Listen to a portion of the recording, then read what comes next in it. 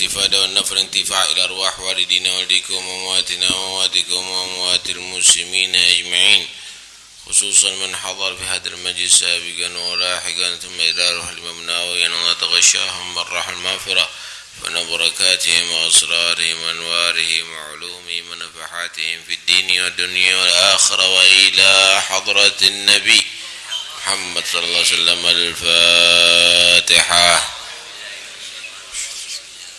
بسم الله الرحمن الرحيم. الحمد لله رب العالمين الرحمن الرحيم مالك يوم الدين، إياك نعبد وإياك نستعين، اهدنا الصراط المستقيم صراط الذين أنعمت عليهم غير المغضوب عليهم ولا الضالين آمين.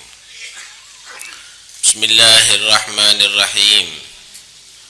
الحمد لله رب العالمين، وبه نستعين على أمور الدنيا والدين، والصلاة والسلام على أشرف الأنبياء والمرسلين سيدنا مولانا محمد وعلى آله وصحبه أجمعين، أما بعد.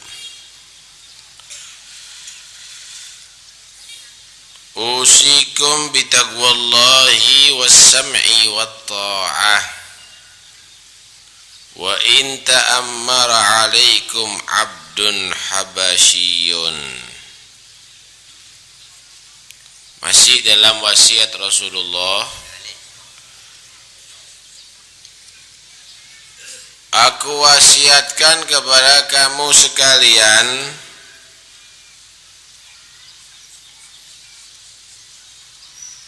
dengan bertakwa kepada Allah Subhanahu wa ta'ala, was-sam'i wat ta'ah, serta mendengarkan dan patuh kepada pemerintah yang sah, kepada pemimpin yang sah, walaupun itu dzu syaukah, walaupun bukan dalam pemerintahan Islam, asal tidak dalam kemaksiatan kepada Allah Subhanahu wa ta'ala. Wa in ta'ammara, sekalipun yang memimpin kamu itu bukan golongan terhormat, abdun habasyun, yaitu seorang budak dari negeri Habasyah, Ethiopia atau Afrika. Dalam riwayat yang lain, ka'anna ra'sahu zabibah, walaupun itu orang dari seorang budak yang mimpin kamu dari negeri Ethiopia, Afrika, saking jelek rupanya sampai diibaratkan seperti kismis. Tahu kismis enggak? Zabibah, jadi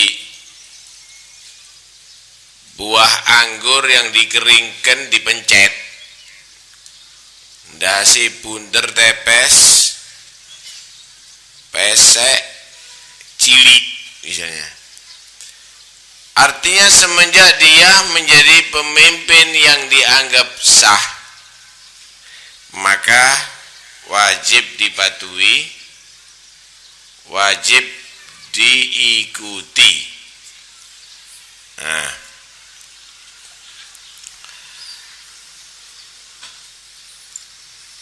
walam yajuz fi ghairi mahdil kufri,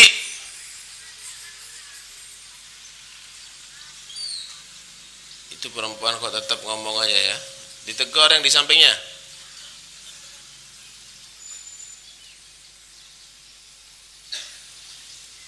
Walam yajuz fi ghairi ghairi mahzil kufri khurujuna ala waliyil amri. Tidak boleh kita menentang dan keluar daripada pemerintahan kecuali kalau kafir pemimpinnya, wajib kita tentang. Kalau di Indonesia ini presidennya kafir, nggak perlu nurut kita. Atau mengajak untuk kafir, maka kita wajib menentang.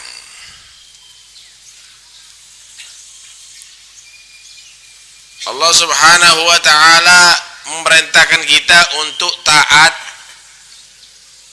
Wa ati'ullaha war rasul wa ulil amri minkum. Wajib kita taat kepada pemerintahan, tapi taatnya bukan untuk maksiat. Contoh, pemerintahan mengatur lampu merah harus berhenti, ya mandek kok. Jangan kamu, ini pemerintahan tidak sah karena bukan hukum Islam, kemudian kamu melanggar, ya tabrakan di mana-mana nanti. Kecelakaan ada di mana-mana nanti.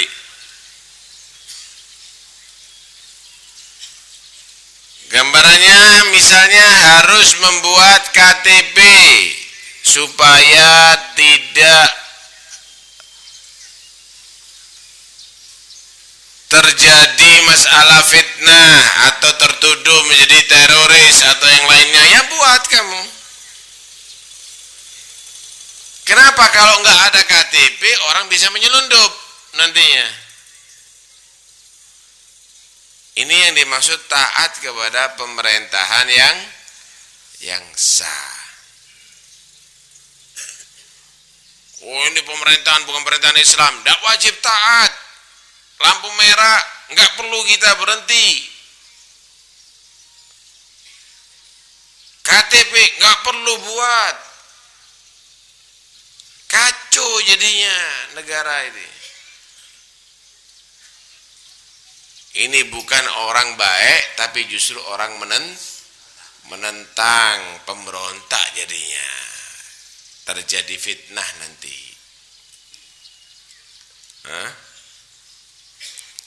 Kalau kamu bandingkan dengan Khulafaur Rasyidin, ya memang itu udah komplit. Udah sahabat, soleh, wali, waro, alim. Itu harapannya. Lah kalau udah takdirnya yang jadi modelnya bukan begitu, ya dikuat-kuatkan sambil memohon kepada Allah, mudah-mudahan yang jadi pemimpin adalah tetap menjadi orang yang baik, orang muslim. Kecuali pemimpin itu menyatakan tidak boleh sholat 5 waktu, berontak kita. Kecuali kalau pemimpin tadi menyatakan tidak boleh sholat Jumat, berontak kita. Rakyat Indonesia wajib zina misalnya, ya berontak kita. Tapi semenjak tidak mengajak, tidak memerintahkan yang melanggar ajaran agama, ya diikuti. Lang pemimpinnya melanggar misalnya, itu urusan dia sama Allah. Tapi yang jelas tidak boleh kita mengadakan satu perlawanan. Nasihat, ya. Mengingatkan, ya. Nuntut, boleh. Tapi melawan, memberontak, menentang, tidak boleh. Apalagi ingin menjatuhkan, kemudian mau merebut. Itu namanya kudeta. Tidak diperbolehkan, dosa hukumnya. Karena apa? Hadits Rasulullah, wassam'i wa ta'ah, wajib kita mendengarkan dan patuh kepada pemerintahan yang sah. Wa in ta'ammara abdun habasyiyun walaupun yang jadi pemimpin adalah seorang budak dulunya dari negeri Ethiopia. Jadi masih duduk Raden sing dadi, bukan darah biru yang jadi. Tetap kalau itu jadi pemimpin ya kita harus patuhi. Baik. Kemudian Rasulullah bersabda, fa innahu man ya'ish minkum, sesungguhnya orang yang hidup di antara kamu sekalian, kalau ada yang panjang umur di antara kamu,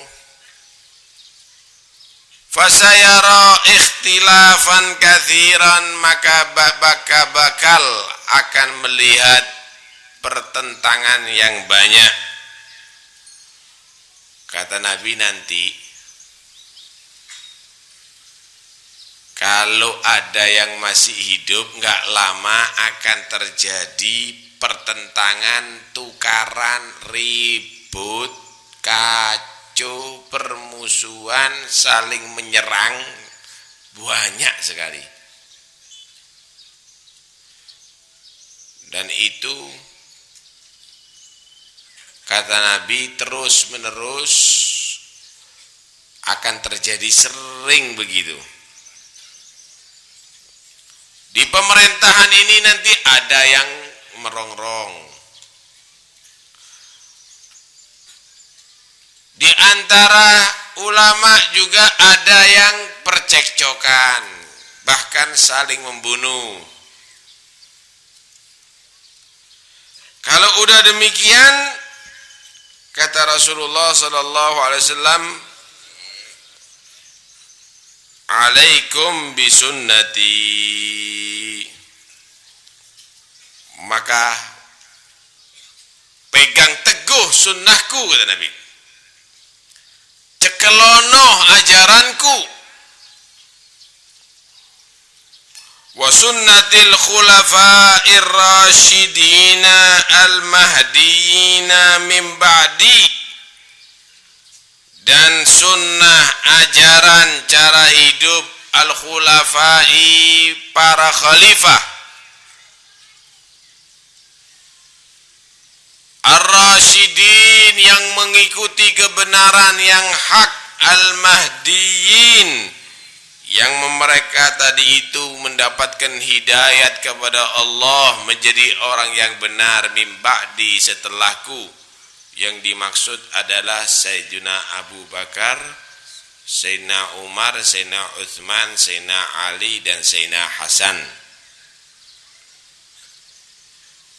Addu, gigitlah, gigitan, cakoten, alaiha, atas itu cara kehidupan, bin nawajid, dengan gigi geraham. Lek nyokot ambik gigi geraham itu berarti betul-betul kuat. Jangan hanya sekedar nemplek saja, tapi gigit betul, cokoten. Kalau orang sudah nyokot itu dengan gigi geraham, nyantol berarti. Ini gambaran kepada kita, pertama,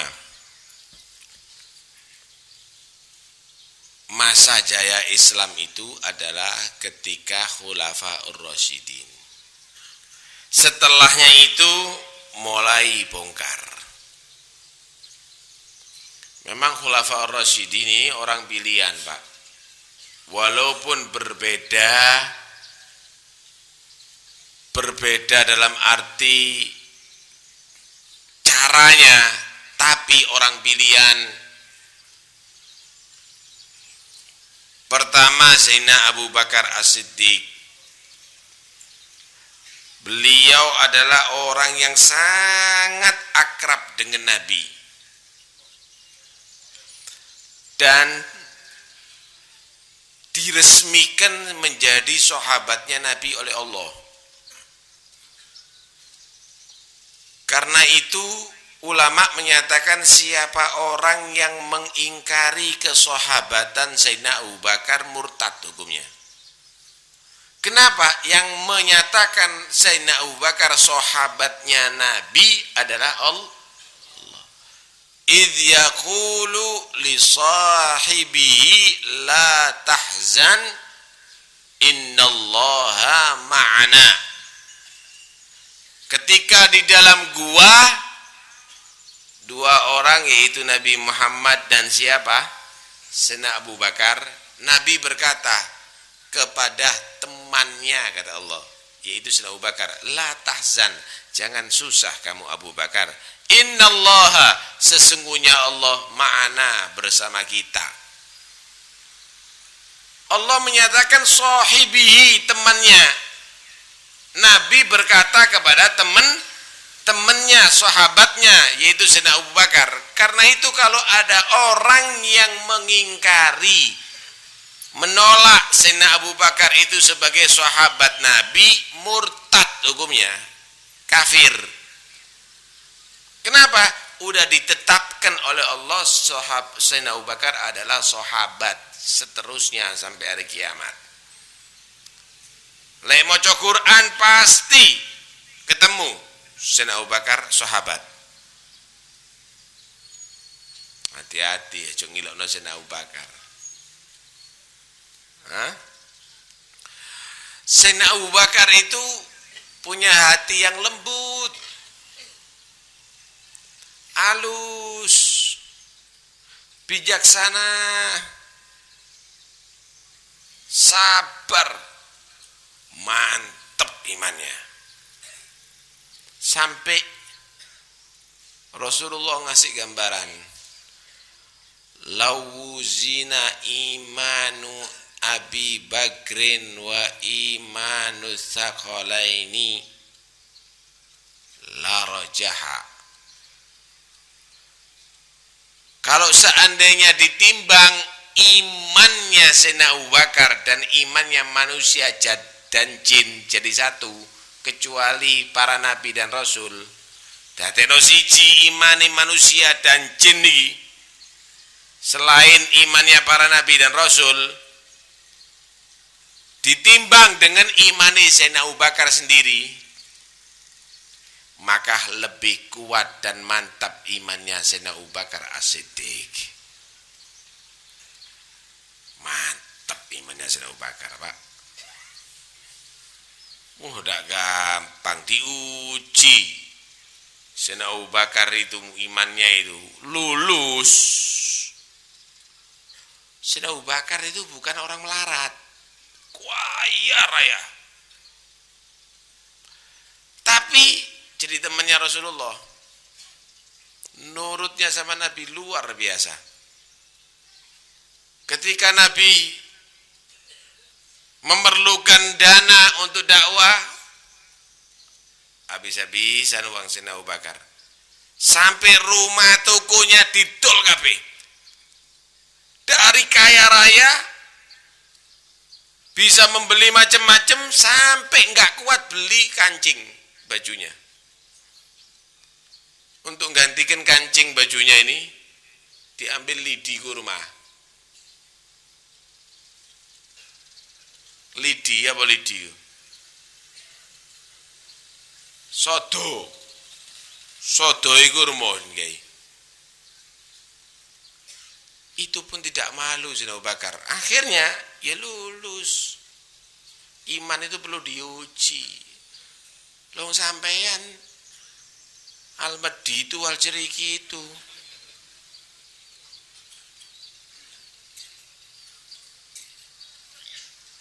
Dan Sayyidina Abu Bakar menjadi mertuanya Rasulullah.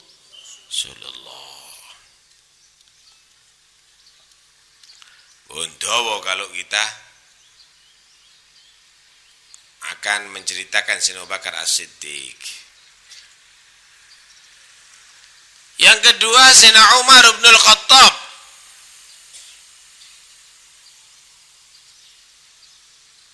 Sayyidina Umar bin Al-Khattab radhiyallahu an.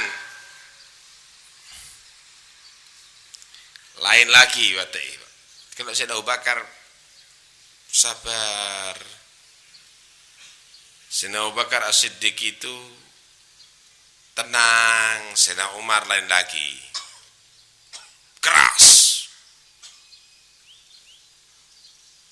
Jagoan. Dulunya preman, mantan preman. Diwedeni.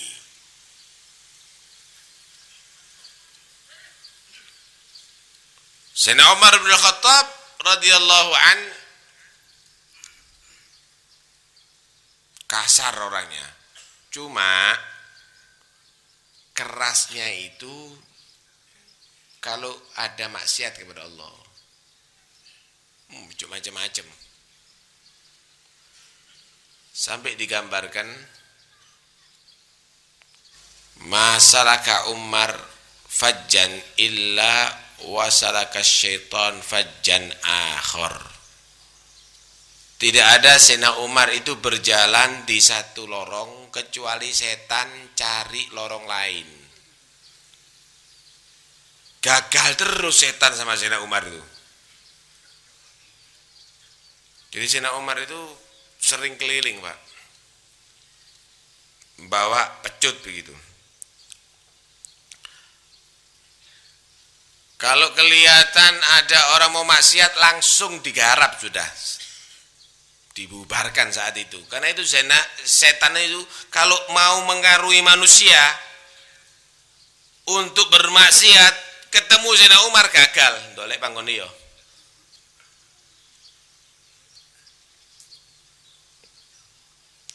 Keras Sayyidina Umar. Waktu Sayyidina Umar, sebelum Sayyidina Umar masuk Islam, orang Islam itu menyembunyikan keislamannya. Tidak wani terang-terangan. Kenapa? Karena ada Abu Jahal. Karena ada Utbah. Orang-orang yang bengis, orang-orang yang jahat. Yang mengancam mereka. Langsung ditandangi sudah. Kalau kelihatan ada orang Islam, langsung diajar habis. Ketika Sayyidina Umar masuk Islam, langsung Sayyidina Umar di muka Ka'bah sambil mengeluarkan pedangnya, asyhadu an la ilaha illallah wa asyhadu anna Muhammadar Rasulullah, ana ma'a Muhammad. Langsung asyhadu an la ilaha illallah wa asyhadu anna Muhammadar Rasulullah, aku ikut agamanya Muhammad. Yang enggak terima maju. Barangkali kepingin anaknya yatim, maju. Barangkali kepingin istrinya janda, maju. Tidak ada yang maju. Sayyidina Umar. Akhirnya mulai saat itu longgar kaum muslimin bisa menyatakan keislamannya berkat Islamnya Sayyidina Umar bin Khattab.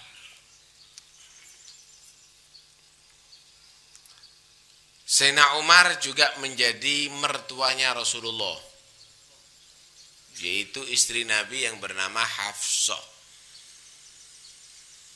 anaknya Sayyidina Umar. Pun tidak tahu. Yang ketiga Sayyidina Utsman bin Affan, lain lagi. Sayyidina Utsman ini orangnya ahli dagang. Cuma loman dan polos. Soro, Pak. Biasanya kalau orang ahli kerja itu politiknya gede. Kalau ini enggak, polos. Gampang dirayu, gampang diomongi, terus loman begitu Sayyidina Utsman ini. Cuma pinter kalau dagang. Ibadahnya tinggi luar biasa. Kalau malam tidak banyak sholatnya, cuma 2 rakaat. Rakaat pertama setelah surat Al-Fatihah 15 juz. Yang pertama. Rakaat kedua setelah surat Al-Fatihah 15 juz, yang kedua setiap malam hatam Quran. Sayyidina Utsman bin Affan, bukan Utsman Sungi.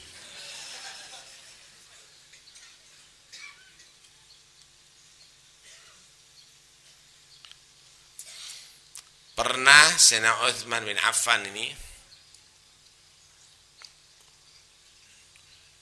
kulaan, ya, kalau masyarakat kulaan, beli gandum, makanan pokok di sana, 1000 onta. Saunto itu kira-kira bisa sampai 4 kintal, 5 kintal.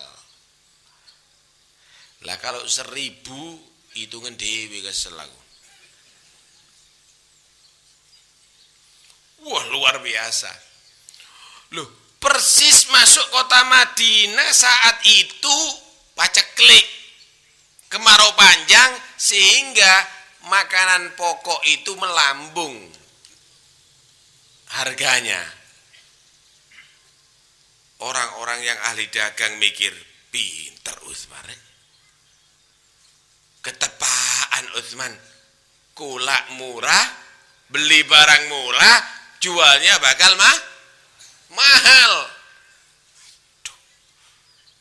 Kita ini sekarang mau kulaan, mau beli barang udah nggak dapat. Akhirnya mereka berbondong-bondong ke rumah Sayyidina Utsman yang ahli dagang ini.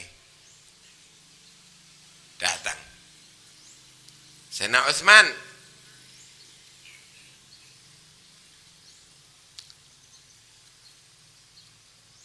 sampean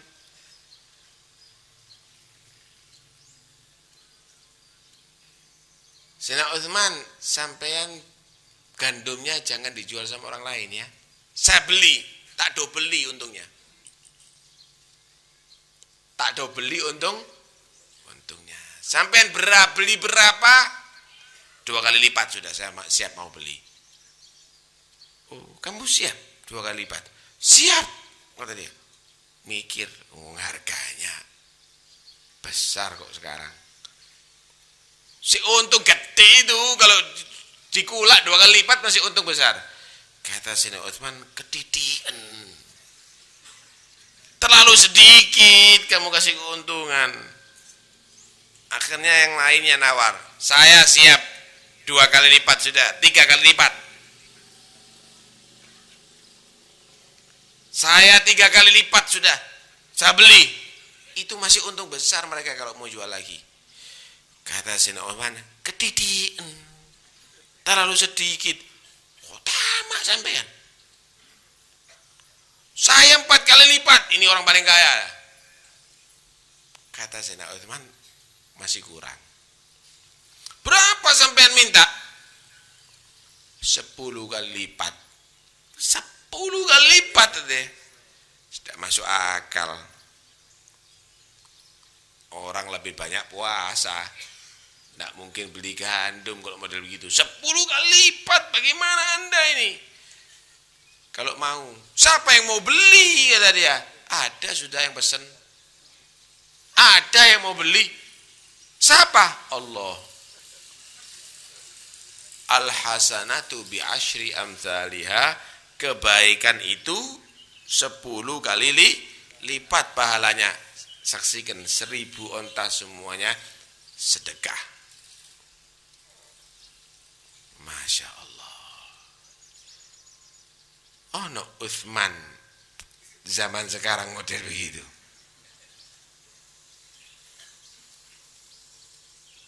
Karena itu Sayyidina Utsman ini istimewa, diambil menantu sama Rasulullah 2 kali. Sampai dijuluki Dzinnurain, yang memiliki 2 cahaya. Tidak gampang jadi menantu Rasulullah itu. Jadi menantunya orang keraton itu loh. Si musyawarah, si istikharah. Sebentar, kasih waktu saya seminggu mau istikharah. Apalagi jadi menantunya Rasulullah. Otomatis itu semuanya mendapatkan isyarat dari Allah. Karena itu kalau ada orang yang meremehkan Sayyidina Utsman, itu berarti meremehkan Nabi.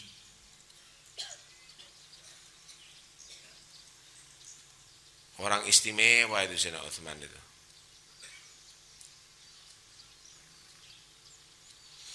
Dah, biar enggak terlalu panjang. Yang keempat, Sayyidina Ali bin Abi Thalib karramallahu wajhah. Ini mulai cilik bareng sama Rasulullah ini. Enggak pernah pisah dengan Nabi ini.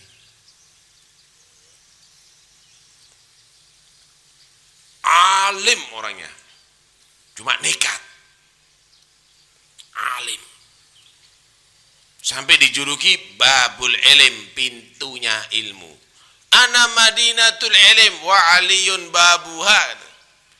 Aku ini kotanya ilmu. Kota Arab itu dulu itu ada pagernya dan ada pintu gerbang untuk masuk kota. Aku ini kotanya ilmu, Ali itu pintunya kota. Faman aradal madinata falyatil bab, yang ingin masuk ke dalam kota maka harus melalui pintu kota. Seakan-akan gini, lek kepingin sampai nyang aku berangkat to nyang Ali, lewat to Ali gitu.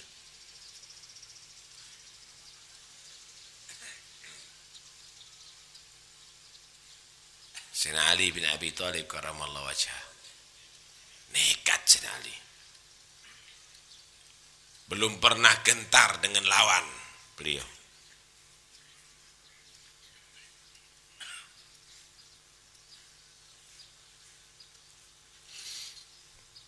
Gambaran kenekatan Sayyidina Ali ya. Waktu perang Khandaq. Khandaq itu parit. Jadi ketika ada informasi Rasulullah mau diserang habis-habisan sama orang Quraisy. Jadi mereka akan nyerang masuk Madinah, dintekno sudah. Nabi sak sahabat kabeh. Wah, dengan ribuan bala tentara. Akhirnya Nabi ngajak musyawarah sama sahabat. Ini penting yang musyawarah. Ya apa cara nangani? Kalau kita nangani dengan otot, mereka lebih kuat. Kita nangani dengan senjata, mereka lebih lengkap. Barangkali ada pendapat sana, pendapat sini, sampai akhirnya pendapat daripada orang ajam, Salman Al-Farisi. Bukan orang Arab, bukan pendapat pakar. Ternyata pendapatnya jitu, pendapat orang biasa. Rasulullah, saya usul. Pengalaman di negeriku, Persia, kita ini kalau sudah mau diserang oleh kekuatan yang besar, membuat parit. Jadi kita berlindung membuat parit. Parit itu jublengan. Sekiranya mereka tidak bisa menembus. Sedangkan di daerah tertentu di kota Madinah itu ada daerah yang dihimpit dua gunung yang berdekatan. Ya apa kalau kita tinggal di sana kemudian kita membuat parit antara dua gunung ini yang sekiranya kuda nggak bisa melewati dan sekiranya orang tidak bisa melewati. Jitu kata Rasulullah. Kerja bakti semuanya. Buat parit. Tingginya 7 meter. Lebarnya 7 meter kalau nggak salah. Berangkat. Orang kafir sana semangat. Kita habisi Muhammad sama sahabatnya. Tek wis, ora ceritane maning mari ngono.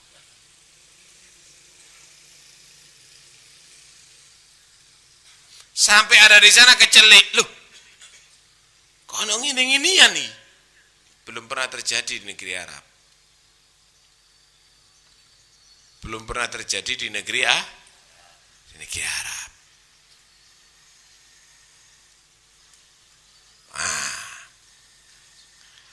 Akhirnya ada yang berusaha mencolot logur plok. Sak jaran-jarani logur, sak kuda-kudanya jatuh. Di antara sekian banyak orang kafir tadi itu, ada satu orang namanya Amr bin Wid. Wah, ini sakera ini. Amr bin Abdiwid, tinggi, gede, kuat. Dia mundur dengan kudanya. Dia lari kencang, lompat itu kuda. Itu bisa melewati parit yang begitu dalam. Sampai masuk di sekitar orang Islam. Kaget orang-orang, lu ada yang lolos. Yunus pedangnya. Halmi Mubaris. Siapa yang mau nantang? Siapa yang mau menghadapi? Siapa yang siap maju? Datang ke sini. Tegang orang Islam. Nabi duduk sama beberapa sahabatnya. Siapa yang berani menghadapi? Diam semuanya. Siapa mau menghadapi, kata Nabi. Meneng. Kayak sampean gitu loh. Kalau dimintai sedekah, siapa yang mau bantu? Meneng.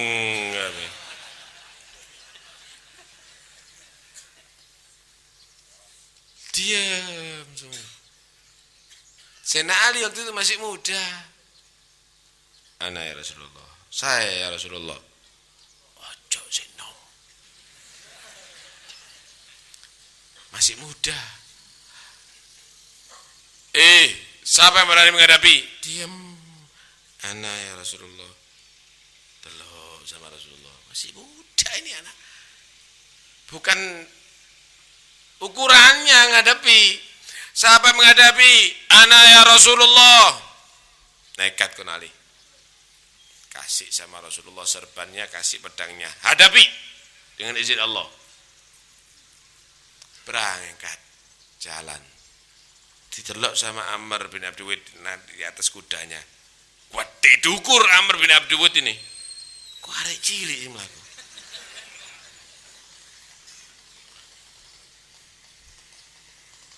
Mau apa kau nek? Mau main-main? Katanya ente nunggu orang yang nantang. Aku yang nantang kamu.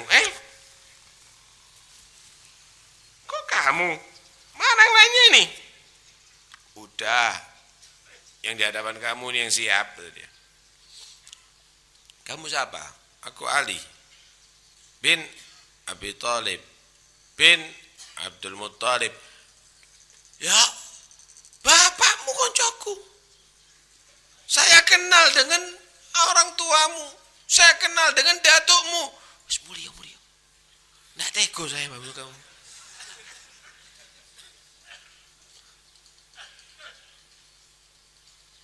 Saya itu loh. Jangan kalah sama kamu. Menang itu loh. Izin. Kata Sayyidina Ali. Kalau kamu nggak berani, kembali. Atau inti perang sama ana. Kalau enggak, ana bunuh inti. Wah panas. Oh gitu. Kudanya dibunuh. Ana nggak akan pulang sampai mati. Kudanya dibunuh. Ketok kakinya. Terjadi perang. Terjadi pertempuran. Sengit. Sana menyerang, sini menyerang. Ternyata pinter duel Sayyidina Ali itu.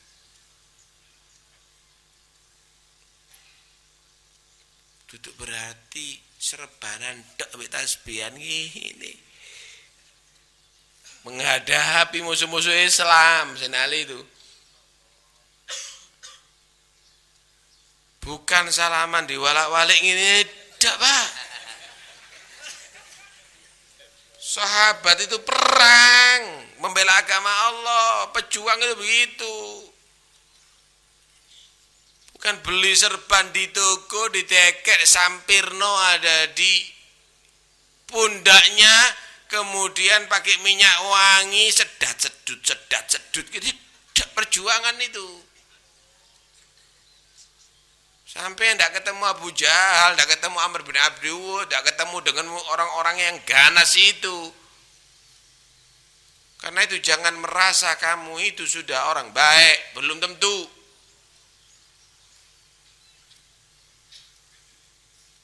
Nilai perjuangannya itu minim.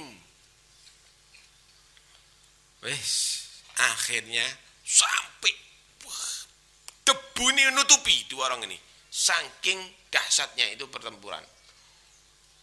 Sampai tidak kelihatan mana Sayyidina Ali, mana Amr bin Abi Wahid. Di tengah-tengah ketegangan orang kafir menyaksikan, orang Islam menyaksikan, suara takbir Sayyidina Ali melengking, Allahu Akbar gitu. Kata Rasulullah, menang Sayyidina Ali. Menang Sayyidina Ali Rasulullah. Tahukah Anda saking dahsyatnya sebetan pedang Sayyidina Ali?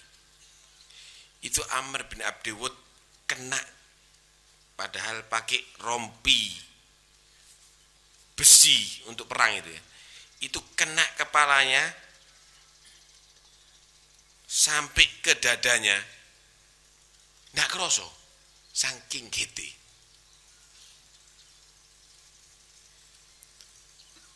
Ditinggal sama Sayyidina Ali. Amr bin Abdul itu tidak terasa kalau ini sudah pecah. Mau kemana kau nak? Ayo kita teruskan peperangannya. Udah selesai. Selesai apanya? Ayo kita teruskan. Silahkan melangkah. Ngelangkah suwe krak.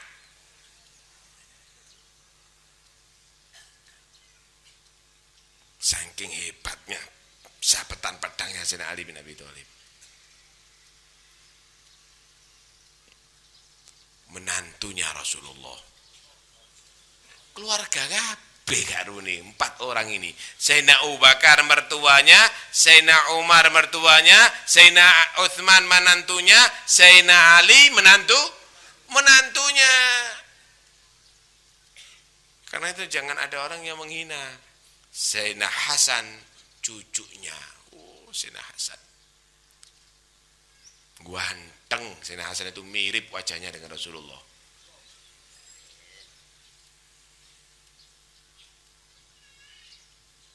Tapi Sayyidina Hasan itu orangnya zuhud, menghindar dengan urusan dunia, lomannya luar biasa.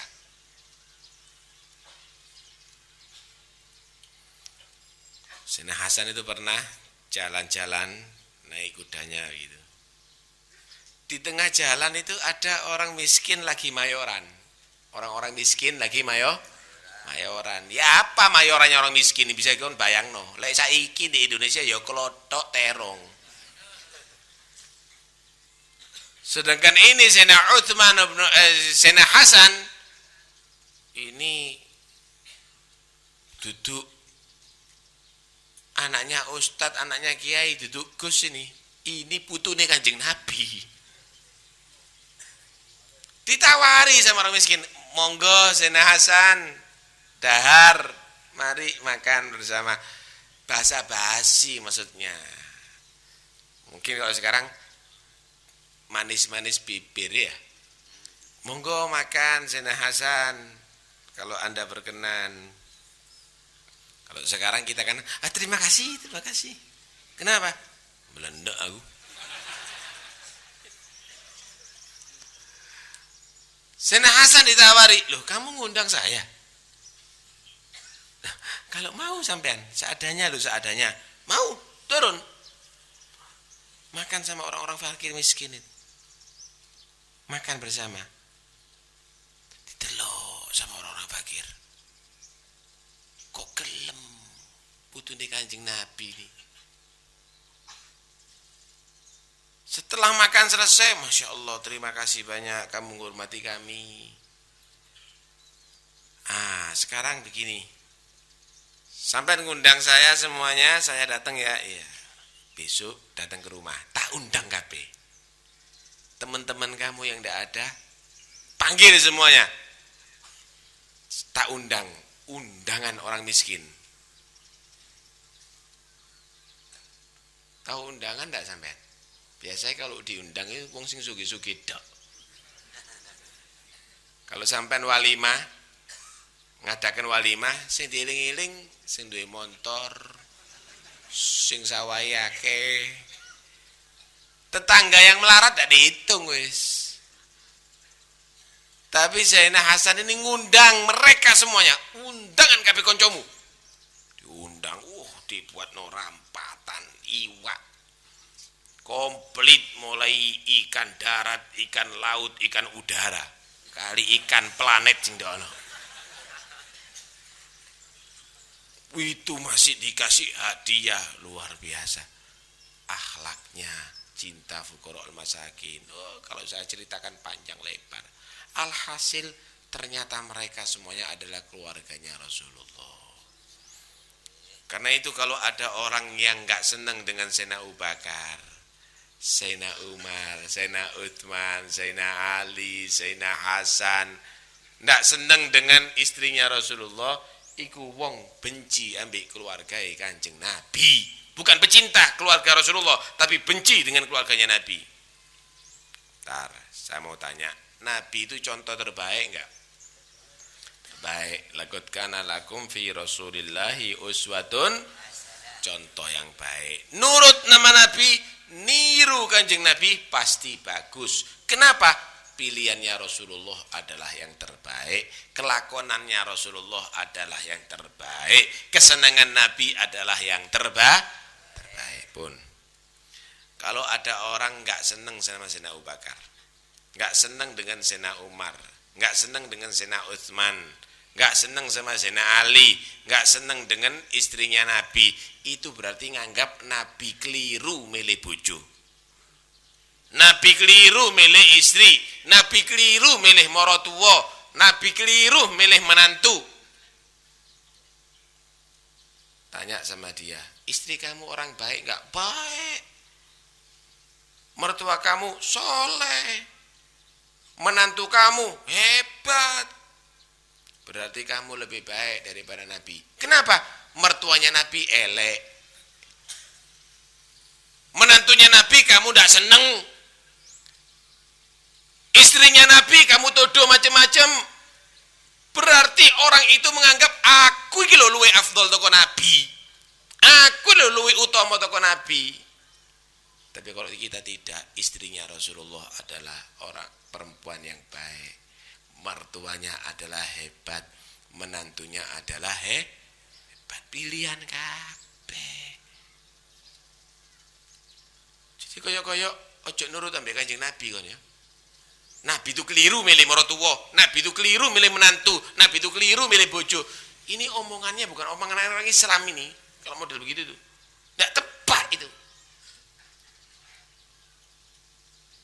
Sekali lagi, jangan mau nurut dengan orang-orang yang tidak senang dengan Sayyidina Abu Bakar, Sayyidina Umar, Sayyidina Utsman, Sayyidina Ali, Sayyidina Hasan, istri-istri Nabi. Mereka orang-orang pilihan Nabi pesan, ikuti jalannya mereka, nuruto sama mereka, cekelono mereka, pegang teguhlah dengan mereka. Addu 'alaiha bin nawajid. Jangan hanya sekedar koncakot, tapi cakoten ambek gigi geraham sing ndak lepas sama sekali. Mudah-mudahan insyaallah kita menjadi pecinta mereka setia. Amin Allahumma amin. Hadisnya insyaallah akan kita teruskan pada pengajian berikutnya.